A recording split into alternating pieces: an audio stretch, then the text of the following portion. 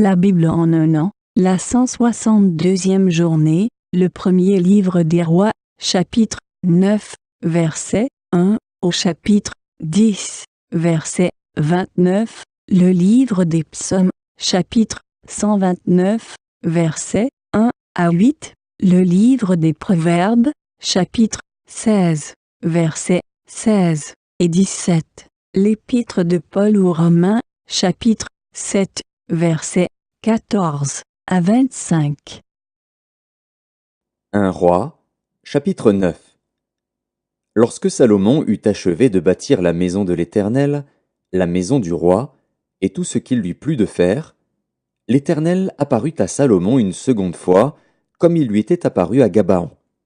Et l'Éternel lui dit, « J'exauce ta prière et ta supplication que tu m'as adressée, je sanctifie cette maison que tu as bâtie pour y mettre à jamais mon nom, et j'aurai toujours là mes yeux et mon cœur.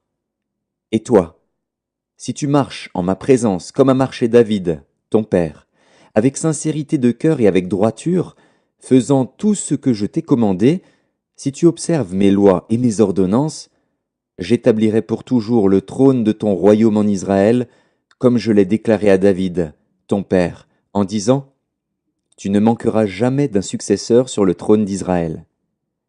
Mais si vous vous détournez de moi, vous et vos fils, si vous n'observez pas mes commandements, mes lois que je vous ai prescrites, et si vous allez servir d'autres dieux et vous prosterner devant eux, j'exterminerai Israël du pays que je lui ai donné, je rejetterai loin de moi la maison que j'ai consacrée à mon nom, et Israël sera un sujet de sarcasme et de raillerie parmi tous les peuples. Et si haut placée qu'ait été cette maison, quiconque passera près d'elle sera dans l'étonnement et sifflera. On dira, pourquoi l'Éternel a-t-il ainsi traité ce pays et cette maison? Et l'on répondra, parce qu'ils ont abandonné l'Éternel, leur Dieu, qui a fait sortir leur père du pays d'Égypte, parce qu'ils se sont attachés à d'autres dieux, se sont prosternés devant eux et les ont servis. Voilà pourquoi l'Éternel a fait venir sur eux tous ces maux. Au bout de 20 ans, Salomon avait bâti les 2 maisons, la maison de l'Éternel et la maison du roi. Alors, comme Hiram, roi de Tyr, avait fourni à Salomon des bois de cèdre et des bois de cyprès, et de l'or, autant qu'il en voulut, le roi Salomon donna à Hiram 20 villes dans le pays de Galilée. Hiram sortit de Tyr pour voir les villes que lui donnait Salomon. Mais elles ne lui plurent point, et il dit, « Quelle ville m'as-tu donnée là, mon frère ?»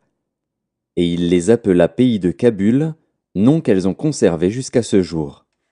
Hiram avait envoyé au roi 120 talents d'or.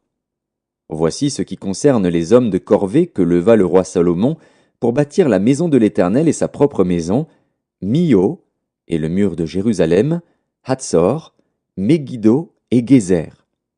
Pharaon, roi d'Égypte, était venu s'emparer de Gézer, l'avait incendié et avait tué les Cananéens qui habitaient dans la ville. Puis il l'avait donnée pour dot à sa fille, femme de Salomon. Et Salomon bâtit Gézer, Beth-Horon la basse, Bralat et Tadmor, au désert dans le pays, toutes les villes servant de magasins et lui appartenant, les villes pour les chars, les villes pour la cavalerie, et tout ce qu'il plut à Salomon de bâtir à Jérusalem, au Liban, et dans tout le pays dont il était le souverain. Tout le peuple qui était resté des Amoréens, des Hétiens, des Phéréziens, des Héviens et des Jébusiens, ne faisant point partie des enfants d'Israël, leurs descendants qui étaient restés après eux dans le pays et que les enfants d'Israël n'avaient pu dévouer par interdit, Salomon les leva comme esclaves de corvée, ce qu'ils ont été jusqu'à ce jour. Mais Salomon n'employa point comme esclaves les enfants d'Israël, car ils étaient des hommes de guerre, ses serviteurs, ses chefs, ses officiers, les commandants de ses chars et de sa cavalerie. Les chefs préposés par Salomon sur les travaux étaient au nombre de 550, chargés de surveiller les ouvriers. La fille de Pharaon monta de la cité de David dans sa maison que Salomon lui avait construite. Ce fut alors qu'il bâtit Mio. Salomon offrit 3 fois dans l'année des holocaustes et des sacrifices d'action de grâce sur l'autel qu'il avait bâti à l'Éternel, et il brûla des parfums sur celui qui était devant l'Éternel. Et il acheva la maison. Le roi Salomon construisit des navires à Etzjon-Guéber, près d'Élot, sur les bords de la mer Rouge, dans le pays d'Édom. Et Hiram envoya sur ces navires, auprès des serviteurs de Salomon, ses propres serviteurs, des matelots connaissant la mer. Ils allèrent à Ophir, et ils y prirent de l'or, 420 talents, qu'ils apportèrent au roi Salomon. Un roi, chapitre 10. La reine de Séba apprit la renommée que possédait Salomon, à la gloire de l'Éternel, et elle vint pour l'éprouver par des énigmes. Elle arriva à Jérusalem avec une suite fort nombreuse, et avec des chameaux portant des aromates, de l'or en très grande quantité, et des pierres précieuses. Elle se rendit auprès de Salomon, et elle lui dit tout ce qu'elle avait dans le cœur. Salomon répondit à toutes ses questions, et il n'y eut rien que le roi ne sût lui expliquer. La reine de Séba vit toute la sagesse de Salomon, et la maison qu'il avait bâtie, et les mets de sa table, et la demeure de ses serviteurs, et les fonctions et les vêtements de ceux qui le servaient, et ses échansons, et ses holocaustes qu'il offrait dans la maison de l'Éternel. Hors d'elle-même, elle dit au roi, « C'était donc vrai ce que j'ai appris dans mon pays au sujet de ta position et de ta sagesse. Je ne le croyais pas, avant d'être venu et d'avoir vu de mes yeux. Et voici, on ne m'en a pas dit la moitié. Tu as plus de sagesse et de prospérité que la renommée ne me l'a fait connaître. Heureux tes gens, heureux tes serviteurs qui sont continuellement devant toi, qui entendent ta sagesse. Béni soit l'Éternel, ton Dieu, qui t'a accordé la faveur de te placer sur le trône d'Israël. C'est parce que l'Éternel aime à toujours Israël qu'il t'a établi roi pour que tu fasses droit et justice. » Elle donna au roi 120 talents d'or, une très grande quantité d'aromates et des pierres précieuses. Il ne vint plus autant d'aromates que la reine de Séba en donna au roi Salomon. Les navires de Hiram, qui apportèrent de l'or d'Ophir, amenèrent aussi d'Ophir une grande quantité de bois de santal et des pierres précieuses. Le roi fit avec le bois de santal des balustrades pour la maison de l'Éternel et pour la maison du roi, et des harpes et des luttes pour les chantres. Il ne vint plus de ce bois de santal, et on n'en a plus vu jusqu'à ce jour. Le roi Salomon donna à la reine de Séba tout ce qu'elle désira, ce qu'elle demanda, et lui fit en outre des présents dignes d'un roi tel que Salomon. Puis elle s'en retourna et alla dans son pays, elle et ses serviteurs. Le poids de l'or qui arrivait à Salomon chaque année était de 666 talents d'or, outre ce qu'il retirait des négociants et du trafic des marchands, de tous les rois d'Arabie et des gouverneurs du pays. Le roi Salomon fit 200 grands boucliers d'or battu, pour chacun desquels il employa 600 cycles d'or, et 300 autres boucliers d'or battus, pour chacun desquels il employa 3 mines d'or. Et le roi les mit dans la maison de la forêt du Liban. Le roi fit un grand trône d'ivoire, et le couvrit d'or pur. Ce trône avait 6 degrés, et la partie supérieure en était arrondie par derrière. Il y avait des bras de chaque côté du siège, 2 lions étaient près des bras, et 12 lions sur les 6 degrés de part et d'autre. Il ne s'est rien fait de pareil pour aucun royaume. Toutes les coupes du roi Salomon étaient d'or, et toute la vaisselle de la maison de la forêt du Liban était d'or pur. Rien n'était d'argent. On n'en faisait aucun cas du temps de Salomon. Car le roi avait en mer des navires de Tarsis avec ceux de Hiram. Et tous les 3 ans arrivaient les navires de Tarsis, apportant de l'or et de l'argent, de l'ivoire, des singes et des paons.